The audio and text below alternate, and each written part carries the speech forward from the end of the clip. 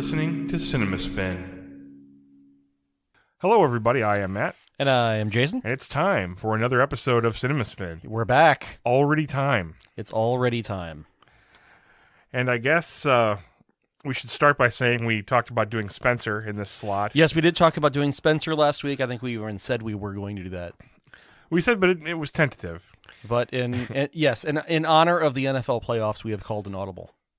Sure, we that's got why up to we the did line it. of scrimmage, and we didn't like the look of the defense. So yeah, I thought Spencer was a lock for her getting a nomination in award seasons, and it seems like that might not be the case now. She was not nominated for Kristen Stewart, who plays Diana Spencer. Thank you, Diana Spencer in the movie Spencer, ends up not getting nominated. She ends up getting snubbed by the Screen Actors Guild Awards, and therefore is now knocked down to the maybe list on getting an Oscar nomination. So that makes the movie less essential to movie buffs, and it's not a movie that I am terribly interested in seeing anyway. Anything having to do with the Royals makes my it's sort of an automatic turnoff, I would have to say. Eyes glaze over. Yeah. Yes. So, I mean, I'll see it. I'll see it if necessary. Yeah. Yeah. I really like her. We'll circle back to it. I'm a big Kristen Stewart apologist. So, which brings us to what we did select. Our first film tonight is Tick, Tick, Boom, which just so happens to be the first feature film directed by Lin-Manuel Miranda. So what is Tick, Tick, Boom exactly? I knew next to nothing about this film as I hit the button to start screaming. The things I thought I knew about it did not turn out to be true either. So again, what is it? Tick, Tick, Boom is a musical. I think it's only fair to describe this movie as such. But it is a musical that's sort of not in the most traditional sense. Mm-hmm. It tells the story of Jonathan Larson, known most commonly as the creator of the renowned Broadway production Rent, during a particular period of his life. Lawson is about to turn 30, and he struggles to finish his first musical called Superbia, as it is about to be showcased in an important workshop performance. The film uses a kind of musical narrative flashback technique to tell its tale. We see Larson himself on stage, played by Andrew Garfield, of course, as he and a band perform the musical numbers of an unspecified production. It is through this and some non-musical flashbacks that the story is told. As much as this film is about Larson himself, it is also about the creative process and the sacrifices one must make in order to achieve something great. How did you feel about Tick, Tick, Boom? I give this movie, I think, a very, very enthusiastic, okay.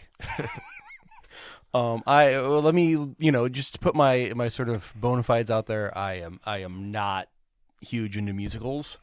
I am certainly not Mr. Broadway. It's very hard to be into Broadway musicals in this part of the country, right? I don't know. I can't speak to how it is that this movie represents Larson or his legacy.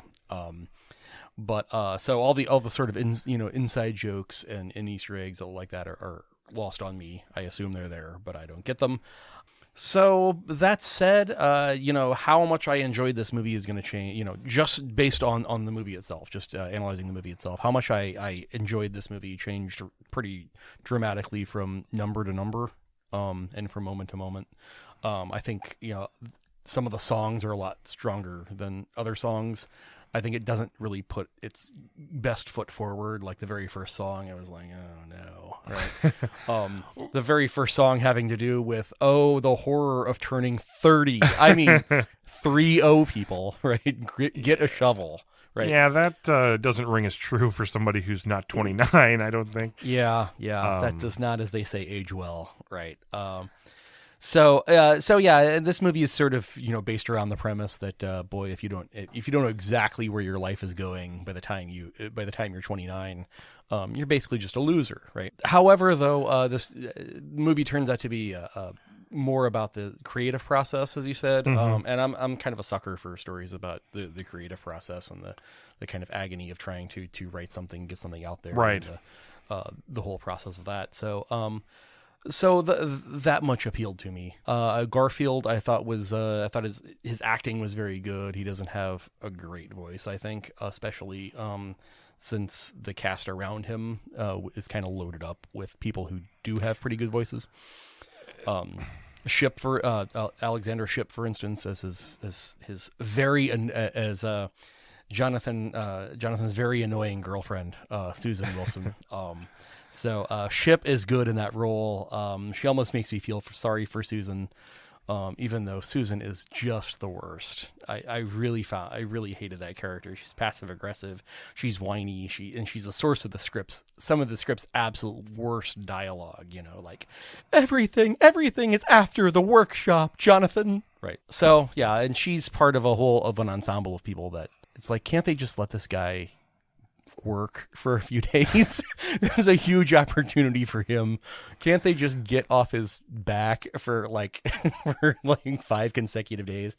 But generally speaking, I thought the movie was Miranda just lends it a kind of childish energy that I think overcomes its kind of gooey sentimental streaks, of which there are many. So what did you think? I mean, of course, I come into this by being fairly staunch in my dislike for most musicals. Yes, you are anti-musical. But what this doesn't have is a lot of the things that bother me about musicals. Super elaborate dance numbers that go 15 minutes deep. Yeah. The songs that are in this, and from the research I did into Rent is his musicals are loaded with the number of songs that are in Rent. Is insane. It's it's just one after the other. It's like 50 songs. It seems like some of them are callbacks to earlier numbers or whatever, or reprises. But so they're not all going to be all going to be home runs. I mean, but I like this movie. I thought that the songs came and went frequently, but they never, very few to me stayed too long, even if I wasn't digging it as much as some of the other ones. And that ebbed and flowed. I liked some more than I liked others, but as general, I liked his performance. I thought, like I said, like you said, the acting was good. I thought his singing, I think I probably have a higher opinion of it than you do. But yeah, you're right. He is standing in the midst of some pretty well-known and accomplished singers who've done, have great careers. The look at the creative process, I think, is what kind of kept me into it. I always find that interesting. I'm pretty high. I think I like this quite a bit more than you did. Oh, okay. I never as the notable anti-musical. Yeah, I really didn't have much of an issue with the musical aspect of this at all, because it really kind of plays more like what you're seeing is another workshop performance, basically. There are some times when the cast does sing together, but most of it is it's almost like plays like almost you're watching a concert. A workshop is a non-acted version where you're just seeing the musical performances. Right. So it's kind of like watching a band perform as much as it is a musical. And the music itself is never what really pulls me away from musicals. It's just the overly elaborate showpieces that just seem to go on forever. And movies or musicals rather that aren't sung through, they kind of start and stop. I don't know I know sung through is. I don't know what that's called. I don't know what the opposite of that is. They really it always feels artificial whenever people all of a sudden start singing. Right. Yeah. And here they do a really good Miranda, or maybe the underlying material does a good job of integrating the songs into the spoken narrative, right? Yeah, I had some, I didn't really realize. I thought this was more of a documentary piece about the making of Rent, is what I sort of thought it was. I think I led you to believe that. Well, maybe because so. I think that's my. But I don't think it's just that though. But it can't be because he wrote this in between, right, before Rent, which I didn't. I did not even know. Yeah, I quite enjoyed this movie. I don't have a lot bad to say about it. There was only one number, the one that's where he's singing in the park at the piano by himself. I thought that one went on a little too long. Yeah, I really agree with that. And that's a problem because that scene in particular is a big emotional moment. Definitely. Of the songs in it, that wasn't one of my favorites. Really overstays its welcome. The music here is really. So Larson is one of the things he's known for is introducing a more hard rock sensibility into the musical theater, right? And so the music here is all kind of generally my wheelhouse as far even some of the Suspiria songs that they talk about. Or not Suspiria, but Suspensia or something. It's Superia, right? It's Superia, Superia, maybe. Okay. Yeah, Superia. Yeah. Okay. Even some of those, that were kind of science fiction laced. Yeah, but those had sort of a neat appeal to them too. Yeah. I thought I found some of the songs kind of lyrically clever. Not maybe in their content, but the way they flowed. They did a good job of telling the story. Getting the point across that was trying to be conveyed. Maybe more than I actually just thought, oh, that's a song I'd want to listen to over and over in the I always found the idea of like throwing on a cast soundtrack of a musical sort of odd because you're missing half of it. Right. Yeah. You're not seeing it. Yeah. You're missing a big part of it. So yeah, I don't have, I think that there's a lot here that's very, almost everything here is almost a cliche as far as the problems he faces, can't pay the bills, working at a shitty job. That's just living in New York and being a creative, I guess. Yeah. We've seen that done to death, and maybe never no place better than Rent. Right. Well, right. I think I think it's intentional to show the sort of where Rent comes from. Yeah, right? It's comes from personal experience, which is what his in the movie. That's what his his agent ends up telling, right what So okay, and while we're on the subject, Judith Light should win like all the Raspberry Awards for this just an absolutely terrible impression of Mike Myers doing an impression of his Jewish mother-in-law, right? Who is Joey Tribbiani's yeah, right. Joey's friends, his agent. Right. Yeah, it's the Joey Tribbiani, the old Jewish agent who's gonna take you to the top. Right. God. At one time in the 80s, she may or may not have been the boss, Judith Light. Nobody will know.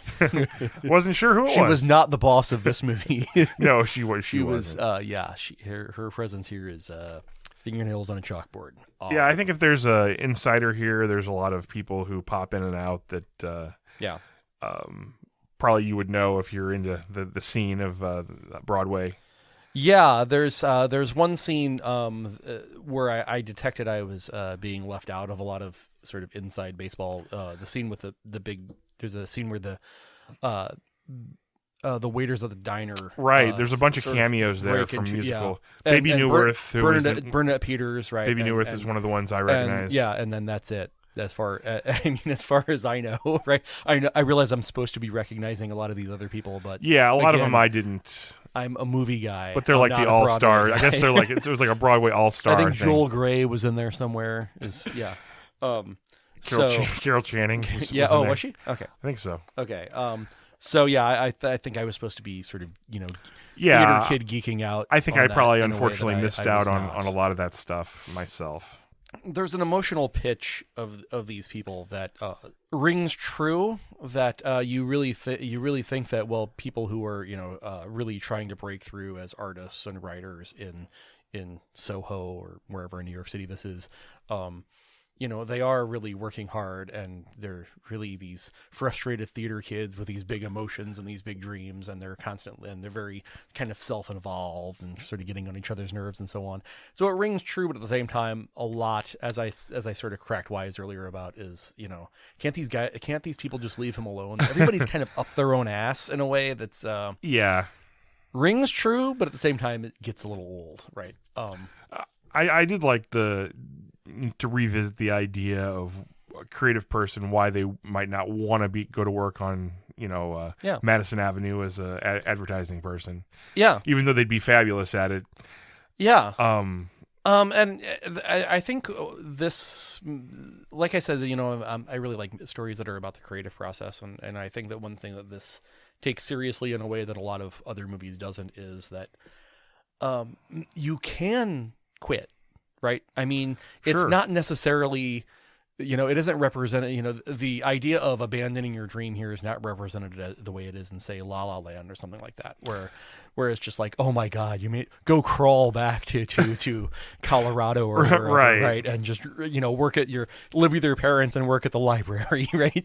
No, I mean, there are other opportunities available here. Those opportunities just require a different kind of commitment. right? And you're going to have to give up the time you would have spent, workshopping everything all the time, right? Yeah, but also the corporatization of something. Well, sure. I mean, and it is presented as a compromise. No doubt about that, it is. right? And that's what's cool about it. But it's not like the end of the world. No, but it is presented as a compromise. Yeah. A compromise that would allow you to live comfortably for the first time in your life, which is, Yeah. And so the people who sort of make use of that compromise are presented as compromised, but not necessarily like dead inside. Right. Right? Not like better off in a grave, right?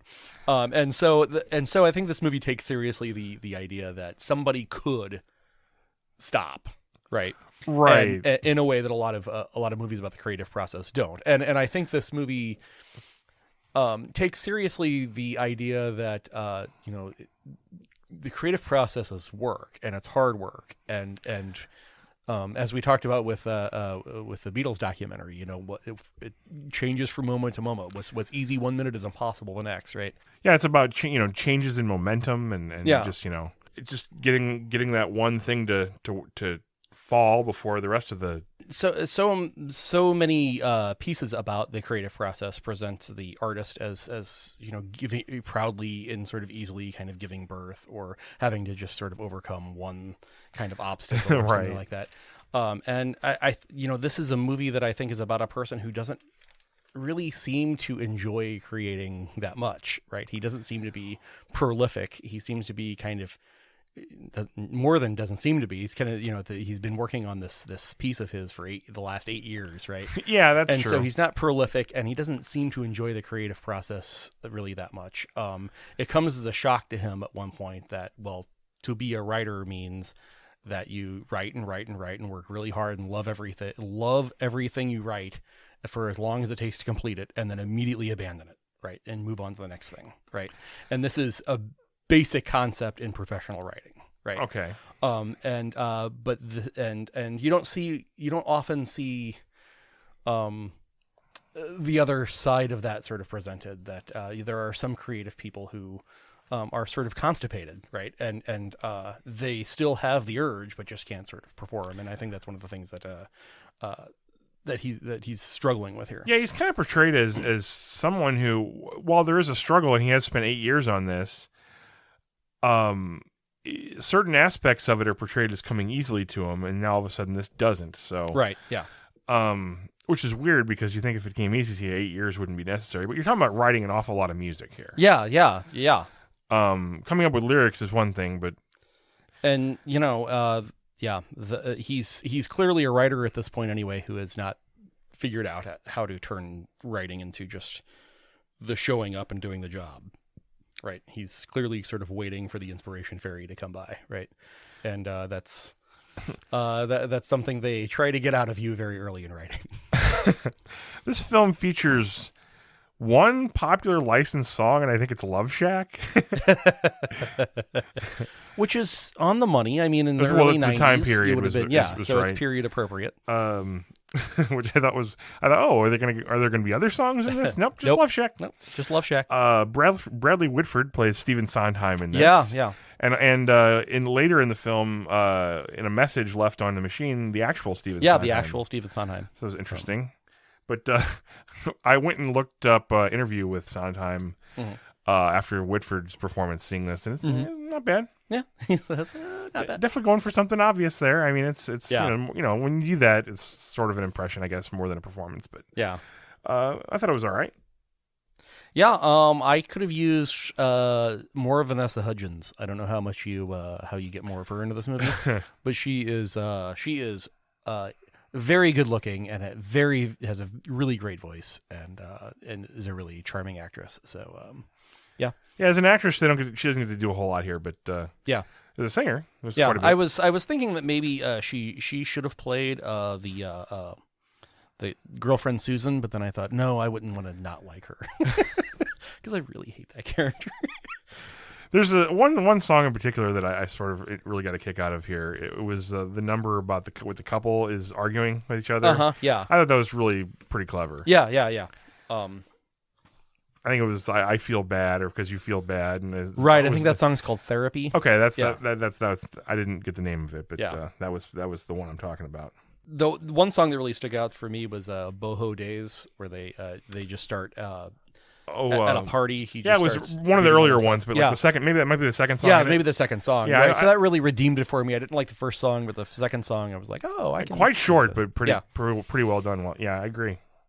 Yeah, and a really cute moment, the way that music can just sort of break out at a party. With it lent it a sense of believability with that crew. Because right. they're all musicians and right. artists. It's still stylized. You wouldn't exactly break into sort of No, but it's not the same as a Street Gang breaking into a song at the same time. We're looking at you. Not that there's anything wrong with that, but there could be, depending on where you're coming from. There is something wrong with that. I hate you, West Side Story. I hate you. Maybe more on that in the future. Maybe. All right. Well, I guess that's going to do it for Tick Tick Boom. Okay. All right, well, let's take a quick break. We'll be right back after this.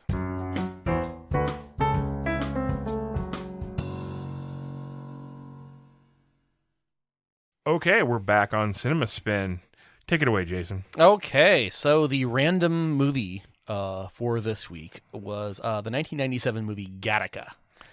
Gattaca. That's right. It's the person who's not introducing the movie's job. You just say the title again for no reason. Yes, right, for no reason. Or for comedic purposes. So this is writer-director Andrew Nichols' first film. It is called Gattaca from 1997. It's set in a dystopian world in the, quote, not too distant future. Next Sunday AD, in which genetic manipulation has been used to create social classes of disadvantaged laborers and genetically superior office workers. Right. Ethan Hawke plays Vincent, one of the biometrically gifted, who is about to graduate from his position at a desk job to go on a dream mission to Titan. Yeah, the moon of Jupiter's moon, Titan, or Saturn's moon. Anyway, it's a Jupiter moon, right? Okay. But Vincent has a secret. He's not really one of the supermen. He's been buying all of his genetic information from a wheelchair-bound front named Jerome, played by Jude Law. When Vincent's boss is brutally murdered, Vincent and Jerome's very complicated ruses threaten to be exposed by investigators. Uma Thurman is also in this movie, and I still haven't figured out why. So even though Gattaca was a huge box office bomb, its title has entered the popular lexicon as shorthand for our collective fears about genetic tinkering. And so 25 years on is a good time maybe to go back and look at how it holds up. And what did you think? Well, Gattaca came out at a time when I was seeing any movie I wanted to see. Yes. Yet I didn't see Gattaca. Yes. So that says something about my general interest level. Yeah. I remember seeing the trailer a lot of times. I would have to go back and watch that. I bet I've seen that trailer a lot of times, and too. Thinking, I don't think so. This movie's not for me. But when it came up at random, and, we're so many years removed, 20-some-odd years removed. We do what we are commanded. Yeah, I thought, well, what a great opportunity to go back and see Gattaca. Yeah. And I was correct. I did not give two shits about Gattaca. I found it quite boring. I found its vision of the future sort of ludicrous. Kind of, a cautionary tale about something that maybe seemed realistic back then, but now it seems sort of silly. Right. Ethan Hawke, and I can't hold this against the movie, but Ethan Hawke and Uma Thurman are distractingly young in this. Young to the point where you're like, God damn, I'm old. That's where you're like. So, yeah, there's a lot of things in this that I just didn't particularly like. The tech is sort of, it's like in the 90s, the tech kind of seemed, that's crazy. They're going to be able to take a hair off your head. Yeah, they're going to be able to, you're going to go in and change your baby's eyes from blue to green. Mm-hmm. Where's that going to lead? Right? Yeah. Yeah. Good luck on changing your baby's eyes from blue to green in modern era. Yeah. Let alone in the not too distant future. If they gave you 4 zygotes to choose from and told you what they'd be so far off that. Yeah, right. It's just, it's clear. I mean, a part of that is just the price of admission to a sci-fi movie, right? You have to just kind of go with the premise. I think one problem with this, though, is that this movie is so overbearing with its exposition. It just keeps coming at you and keeps explaining. And it sort of invites you to then say, well, okay, well, then let's take this seriously. Then that wouldn't really happen. And that hasn't happened. And that seems silly, right? And people who don't like science fiction, I think when they think of science fiction, they think of a movie like Gattaca. I think so. I mean, like this movie is there's just so much homework involved with this movie. It just won't shut up. It won't stop explaining itself and talking at you. And it's, by an hour's worth of that, you're like, could I just read like a cellular biology textbook or something? And then it skips over so many things, like the motivations for the murder itself, or right. The murder itself is this movie for such a big plot device in the movie. Yeah, it's like, and the murder itself is presented as so brutal. They Nickel for some reason really kind of pauses over the gruesomeness of this boss's head being splattered everywhere, right? And you're maybe thinking, well, okay, this is going to go somewhere. This is going to be important, but the whole murder plot is just a giant red herring. It is, right? Yeah. All of this is a red herring. The whole movie feels like a pitch for like a really, really boring miniseries, right? or like a really tedious novel, right? When I knew I was in trouble? When the movie started with a quote, and then another quote was right after it. Another quote. It's like, I don't know. Right? I think there's a one quote minimum. I totally agree with that. Right. That's an indication. This is a movie that's going to take itself very, very seriously. Wake up, people. This is going to be important, right? Yeah, and we haven't talked about the visual style of this movie, right? Which is the future is presented as, hold on to your butts, right? The future is going to look like the past. Oh my God. Yeah. It's going to look like the 1950s. Except we're gonna lose the technology to have little small syringes that easily go into your arm, and we're gonna go back to the giant metal syringes, 3-finger syringe, right, with 3 fingers, right? But there's going to be, I guess, we have to sacrifice all of that technology to be able to do all this genetic. I guess they spent all of their time developing the fine points of this genetic technology. They've lost the recipe for any other kind of technology, right? Yeah, they try to pass off a 60s era Studebaker Avante as a modern car. Have you noticed? Did you notice that, like, whenever the cars drive, they like replace their engine sound with like a futuristic sound of like I don't know how to explain it, but it's some sort of like groan kind of thing. No, I didn't. The plot of this is so contrived. Okay, you've got a guy who's managed to trick everyone and live beyond his station through this trickery, and he's accused of a crime. And who's going to be one of the investigators? His long-lost brother. Wah, wah. Right. As if there's only 14 people in the world. And the movie presents that as a major plot twist, but then doesn't really care about it, right? It's on the, well, I should say rather, that should be a major plot twist. But the movie just sort of rolls by it as though it's sort of we already knew that already, right? And then this leads up to one of the most god awful climaxes I think I've ever seen, right? Which is just all of this nonsense is going to be solved by a big swim off. And let's talk he and his brother are just going to go night swimming through kelp.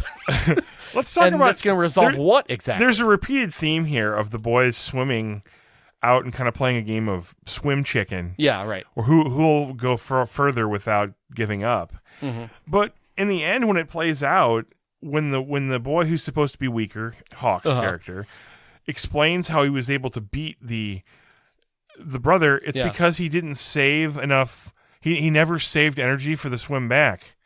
Yeah. Well, then you'd be dead. Right. Right. If you used all your energy to swim out, Right. You'd have no energy left for the swim back. Right. But you would not be, I They weren't racing back. yeah,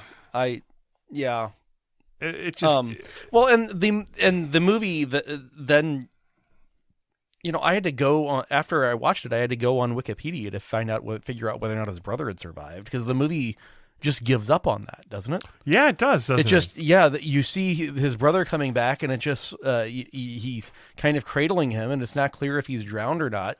I didn't take it to mean he died. Yeah, but then it's never sort of made clear if he's drowned or not. And, if the movie doesn't care, neither do I. I think that's... Yeah, I was very irritated with this movie within, like, the first 20 minutes. I mean, by the time, like, the voiceover started, I was like, oh, my God, this is going to go this way, right? But it still managed to disappoint me, right? And then I believe the second hour was still like, that could have been better. Oh, and it's just so dumb. There's this, like, when he finally pulls it off and he's about to get on the ship to just kind of just chill and go there for it doesn't. There's never any talk about what the mission is. They just like, is it a pleasure cruise? I mean, you don't really know. And and then there's like one last blood test, and he's not. After being prepared for everything, he's finally not prepared for it. Somehow. The doctor, played by Xander Berkeley, knew all along that he was fibbing because of his the way he held his pee jar or something. Oh yeah, right. I was gonna say, did he know all along? Yeah, that's right. That's why he always liked to comment on his right, because you got to tap with the right hand. Oh my God, I hated this movie. For a movie that had the really beyond all my, dismissing it all these years as something I really thought I wouldn't like, just has a good reputation. I mean, if you read the like blurbs on why people if you go to the fan section of like Rotten Tomatoes, the little this is one of my favorite movies of all time. Are you fucking out of your mind? I don't know. I mean, no less than Roger Ebert was really enthusiastic about this movie. He gave it 3.5 stars, right? I don't know. I don't know what movie he saw, right? Let me just go back to that aesthetic for a second. I mean, we've just seen that so many times of how the future is going to look like the past, and it's going to look like the 1950s. It's going to look like what the future looked like when I first picked up a copy of Analog magazine, right? And what do they think? Do they think that this is cool? Do people think this is original? Do they think that nobody's ever thought of this before? Because I can think of half a dozen movies just off the top of my head. I know that have used that aesthetic, and another 6 that have happened since. Most recently, Reminiscence, right? Absolutely. It's just a cliche, and it was a cliche when Gattaca did it too, right? Yeah, it was already a cliche by then. And that said, so much time is spent on the meticulousness of the set design and getting all those little details of everything right, and making everything look like this Art Deco, architecture. There's a lot of what Men in Black made fun of in the same year. With all this accent lighting and everything, and so there's so much time spent on that, and also there's so much time spent explaining this movie and preaching at us. We still have not even like a basic understanding of a lot of the character motivation. As much as they explain, very little about this world. Right. Yeah, exactly. This is it's like being. I made a note. This movie's like being trapped on a plane with somebody who won't shut up about his novel. Right. There's all these scenes of them testing. There's a lot of testing in this. And the test happens every time. When the test happens, there's a screen, and the screen lights up with an identity. But it's so horribly it kind of it looks so low tech. Yeah, they're kind of going for that, I think. Yeah, they're sort of good. You're right. I mean, they're typing on like they're printing on dot matrix computer like a computer paper, and right? The screens are. It still has the frizzies on the side, right? And even in 1997, there was LaserJet printing. Yeah, there's small screens that this keeps coming up, but there's just nothing. I don't know. It just doesn't feel techy. It just feels shoddy. Right. That retro futuristic aesthetic. It's it just allows directors and set designers to just such a lack of imagination. Yeah, right? I think that's true. They can just sort of geek out over the nostalgia of how, we got everything just right to look just like this, this magazine from 1955. But so what? It's not original. It's not interesting. So yeah. This movie I did not like this movie. I did not either. I thought to myself, well, maybe I'll see what everybody sees in this. And no, I was disappointed from the get-go. But Yeah. I sort of knew that I would be. Yeah.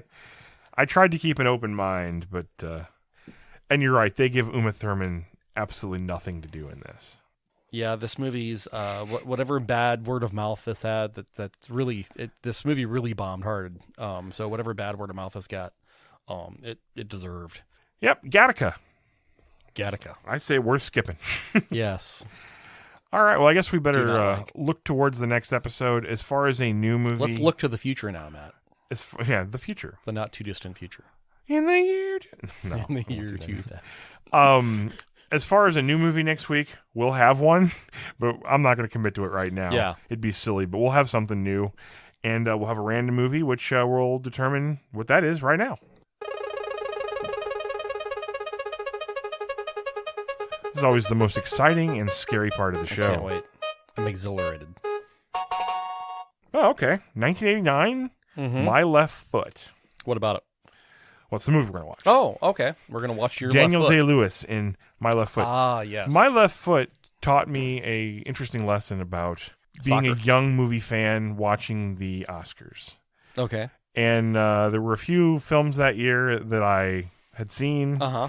And then the one that won all the awards was a movie that I Not wouldn't have not had the opportunity to even Bet on the see. movie you haven't seen. If you're a I young think person. that's the right. yeah. I learned that lesson in 1982 when Chariots of Fire beat Raiders of the Lost Ark. Right, and I was Would have at been the hard. ripe old age of 7. Right, and my little heart broke. Right, Because all you'd ever seen is this great movie, Raiders of the Lost right, Ark. yes, right, And a scene with music of people running on the beach. right, yes, right. Versus a scene of people running on the beach to Yeah. inspirational music, but yes. And I think history has borne out the opinion of 7-year-old Jason. I think right? you may be right. I think we remember. That's a movie that was don't think- much more renowned than now in Yes, Chariots of yes, Fire. I Yes. think. Yeah. So anyway, All right, so Well- we'll have a show, and it'll have there my will be a left show. it'll have My Left Foot in it, and it'll also have something else. Some surprise new movie. That's newer. That's the life we're leading here in this. Nothing's news really coming out that interests us, and Yeah. yet we're still watching some movies from last year that we missed. Yeah. In this kind of award season. So, Yeah. All right. Well, we thank you again for listening, and we'll see you next week. Goodbye, everybody. Bye for now.